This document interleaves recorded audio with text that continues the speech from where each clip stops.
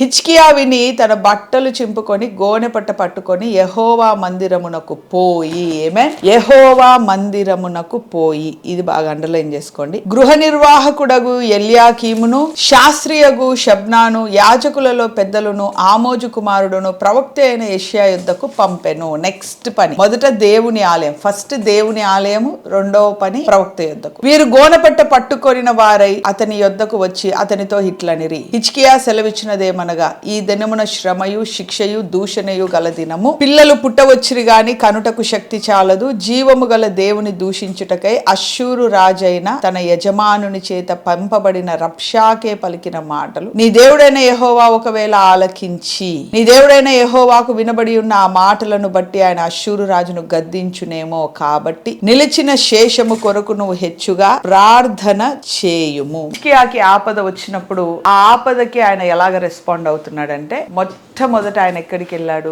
దేవుని సన్నిధికి వెళ్ళాడు. The first point. సెకండ్ ఏం చేశాడు? ప్రవక్తను ఆశ్రయించి, మూడో పాయింట్ ప్రార్థనను కోరుకున్నాడు. ఆమేన్, హల్లెలూయా. సో దేవుడు, ప్రవక్త, ప్రార్థన, లేకపోతే దేవుడు, ప్రార్థన, ప్రవక్త. యెషయా దగ్గరికి ఎందుకు వెళ్ళాడు? ప్రార్థన కొరకు వెళ్ళాడు. సో ఇక్కడ మనం 2 మెయిన్ పాయింట్స్ గా తీసుకుంటే, ఇప్పుడు మనం ప్రవక్తలను ఆశ్రయించాల్సిన అవసరం లేదు, ఎందుకంటే పరిశుద్ధాత్మ దేవుడు మనలోనే ఉన్నాడు కాబట్టి మనలోనే కార్యం చేస్తాడు. సో మనం నేర్చుకోవాల్సి ఇక్కడ 2 మెయిన్ పాయింట్స్ ఏంటంటే, ఆపద రాగానే మొట్టమొదట మనం ఏం చేయాలా? దేవుని ఆలయంలోనికి వెళ్ళి దేవుని ఆశ్రయించాలా. రెండవది ప్రార్థన కోరుకోవాలా, ఇతరుల యొక్క ప్రార్థనా సహాయాన్ని కోరుకోవాలా. 2 విషయాలు, దేవుని సహాయాన్ని, ఇతరుల ప్రార్థనా సహాయాన్ని కోరుకోవాలి. హిజ్కియా అదే పని చేశారు. సో కానీ చాలా సార్లు మనము దేవుని సహాయాన్ని కోరము గాని మనుషుల సహాయాన్ని అయితే కోరతాం. అంటే సమస్య రాగానే, సి మినిస్ట్రీ ఫోన్ నెంబర్ ఏది, పాస్టర్ ప్రణీత్ గారు ఏది, అన్నయ్య ఇలాగ జరిగేసింది అన్నయ్య, ఫస్ట్ అన్నయ్యకి చెప్పాలా. దేవుడు ఎక్కడ పోయిండో, మరి దేవుడు ప్రయారిటీ ఎక్కడ పోయింది, అన్నయ్య దేవుడు అయిపోతాడు, జాగ్రత్త, కరెక్ట్ కాదు. మొదట దేవుని సన్నిధికి వెళ్ళాలా. అది సి మినిస్ట్రీ గాని ఏ మినిస్ట్రీ గాని, దేవుణ్ణి వదిలేసి మమ్మల్ని ఆశ్రయిస్తే అది కరెక్ట్ కాదు. సమస్య రాగానే మోకరించి దేవుడి సన్నిధికి వెళ్ళాలి. దేవుని సన్నిధికి వెళ్ళడం అంటే, చూడండి, మనము వంట చేస్తూ ప్రార్థన చేస్తాం, డ్రైవింగ్ చేస్తూ ప్రార్థన చేస్తాం, వాకింగ్ చేస్తూ ప్రార్థన చేస్తాం, ఉద్యోగం చేస్తూ ప్రార్థన చేస్తాం, నిరంతరం దేవునితో సహవాసం కలిగి ఉంటాం, కలిగి ఉండాలా. దివారాత్రములు యెహోవా ధర్మశాస్త్రాన్ని ధ్యానించాలా, అది వాక్యం చెప్తుంది. కానీ మత్తయి సువార్త 6వ అధ్యాయంలో నువ్వు గదిలోకి వెళ్ళి డోర్లు వేసుకొని ప్రార్థన చేయి అంటారు చూడండి. అది నువ్వు దేవునితో ఏకాంతముగా గడిపే సమయము. That is your privacy time with God. దేవునితో ప్రత్యేకింపబడిన సమయం. సో దేవునితో ప్రత్యేకింపబడిన సమయము కొరకే మనం ఏం చేస్తాం? మధ్యరాత్రి లేస్తాం, లేకపోతే కొందరు మార్నింగ్ లేస్తారు, కొందరు లేవగానే దేవుడి సన్నిధికి వెళ్తారు. ఇట్ డిపెండ్స్ ఆన్ మనకి. ఇప్పుడు నూతన నిబంధనలో మనకేమి ఉదయకాల బలి, సాయంకాల బలి సమయాలు అనేవి మనకు లేవు కాబట్టి, దేవుడు నిరంతరం 24/7 మనకు అనుకూలంగా ఉన్నాడు కాబట్టి, all that we need to do is, మనం చేయాల్సిందల్లా కూడా మనల్ని మనం దేవుని కొరకు ప్రత్యేకపరచుకొని ఆయన దగ్గరికి వెళ్ళడం. సో ప్రతి ఒక్కరి జీవితంలో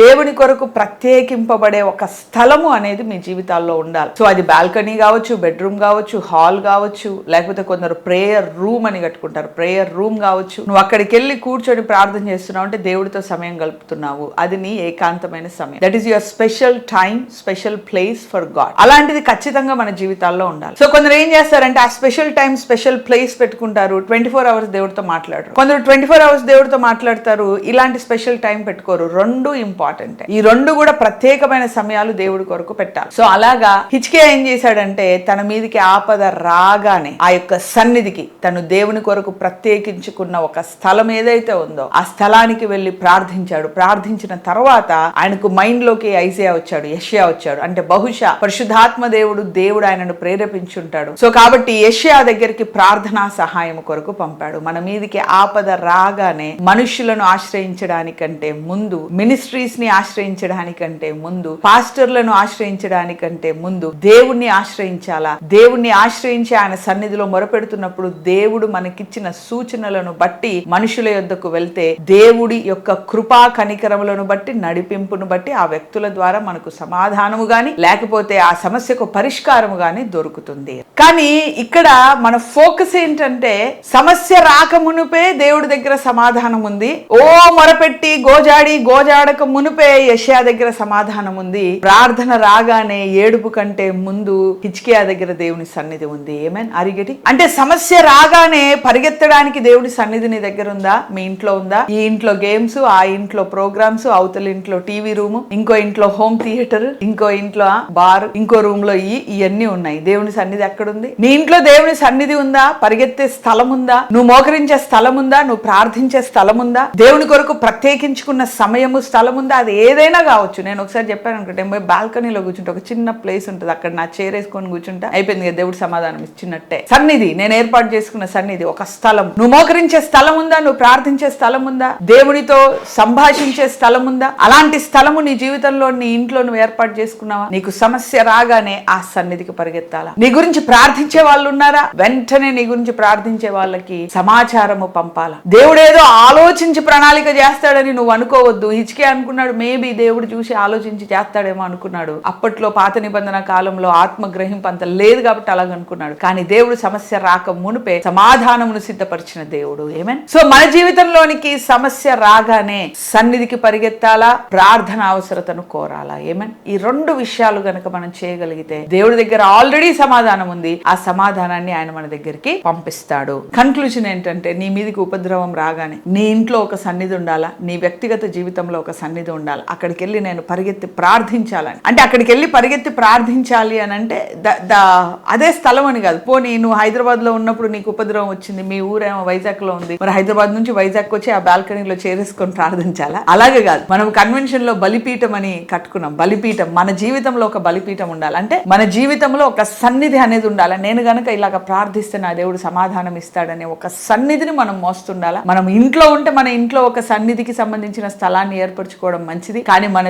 జీవితంలోనే ఒక సన్నిధి ఉండాలా, మన హృదయములోనే ఒక సన్నిధి ఉండాలా, మన అంతరంగంలో ఒక సన్నిధిని మోసేవారిలాగా ఉండాలా. ఎప్పుడైతే ఉపద్రవం రాగానే ఆ సన్నిధి దగ్గర మనము ప్రార్థన చేసినప్పుడు, మనం 24 గంటలు దేవునితో ఉంటాం కరెక్టే, కానీ ఆ సన్నిధి ఒక బలిపీఠం అనేది మన జీవితంలో కట్టుకొని ఆ బలిపీఠముతో మనం ప్రార్థన చేసినప్పుడు, ఆ బలిపీఠం దగ్గరికి పరిగెత్తి ప్రార్థన చేసినప్పుడు దేవుడు ఖచ్చితంగా సమాధానం ఇస్తాడు. ఆ సమాధానము వెంటనే నెరవేర్చబడుతుంది. ఏమేన్. సో కాబట్టి నీకు సమస్య రాగానే బలిపీఠం, నీ జీవితంలో నువ్వు కట్టుకున్న బలిపీఠం. కన్వెన్షన్ లో, మన జనవరి కన్వెన్షన్ లో 12 hours ప్రేయర్ లో సెకండ్ మెసేజ్ అనుకుంటా బలిపీఠాల గురించి, నీ జీవితంలో నువ్వు కట్టుకోవాల్సిన బలిపీఠం, ఆ సన్నిధి అనే బలిపీఠం కట్టుకోవాలి. దాని గురించి మెసేజ్ చెప్పాను. ఆల్ 3 మెసేజెస్ వినండి. 12 hours లో మొత్తం బలిపీఠాల గురించే, బలిపీఠం, బేతల్ గురించి చెప్పాం. ఆ 3 బలిపీఠాల గురించి మీ మెసేజెస్ వినండి. You will know how to build ఆ ప్రజెన్స్ ఇన్ యువర్ లైఫ్. నీ జీవితంలో సన్నిధి ఎలా కట్టుకోవాలనేది మీకు అర్థమవుతుంది. సో కాబట్టి ఆ సన్నిధి దగ్గరికి మనం వెళ్ళి ఆ సన్నిధిలో మనం మోకరించినప్పుడు, ఇంట్లో కూడా సన్నిధి ఉండాలా, ఎస్పెషల్లీ మన జీవితంలో వ్యక్తిగత సన్నిధి ఉండాలి. ఆ సన్నిధి దగ్గర మనం మోకరించి ప్రార్థన చేసినప్పుడు దేవుడు ఖచ్చితంగా సమాధానం ఇస్తాడు. కాబట్టి ఉపద్రవానికి నువ్వేం చేయాలా? నీ జీవితంలో ఒక సన్నిధి అనేది ఉపద్రవం రాకమునుపై నువ్వు ఏర్పాటు చేసుకొని ఆ సన్నిధితో నువ్వు ప్రార్థించినప్పుడు ఖచ్చితంగా దేవుడు నీకు సమాధానం ఇస్తాడు. ఏమే. Let's pray. ప్రార్థన చేస్తాం. Thank you master, thank you lord యేసయ్య. నాయనా, మరి మా జీవితాల్లో సన్నిధి ఉండాలా, మా ఇంట్లో సన్నిధి ఉండాలా, మా అంతరంగంలో బలిపీఠం ఉండాలా. అయ్యా, ఉపద్రవం రాగానే బలిపీఠము యొద్ద ఆ సన్నిధితో మోకరించి నీ సమాధానము పొందుకొని, అయ్యా నువ్వు ఇచ్చిన సమాధానం వెంటనే నెరవేర్చబడుతుంది. మరి నాయన తండ్రి, ఆ యొక్క రాజు జీవితంలో, హిజ్కియా జీవితంలో, మరి సెన్హెరేబు పక్షాన నువ్వు జరిగించిన ఆ క్రియ వెంటనే జరిగిపోయింది ప్రభా. మరి అలాగే నువ్వు ఇచ్చిన మాట ఆతురతముగా, ఆలస్యము చేయకుండా నెరవేర్చబడుతుంది తండ్రి. మరి ఆ విశ్వాసాన్ని మేము కలిగి మా ఆపదలో నీ సన్నిధికి వచ్చి మొరపెట్టి సమాధానం పొందుకునే వారిలాగా మార్చమని యేసు నామములో ప్రార్థిస్తున్నాం తండ్రి. ఆమేన్, ఆమేన్, ఆమేన్.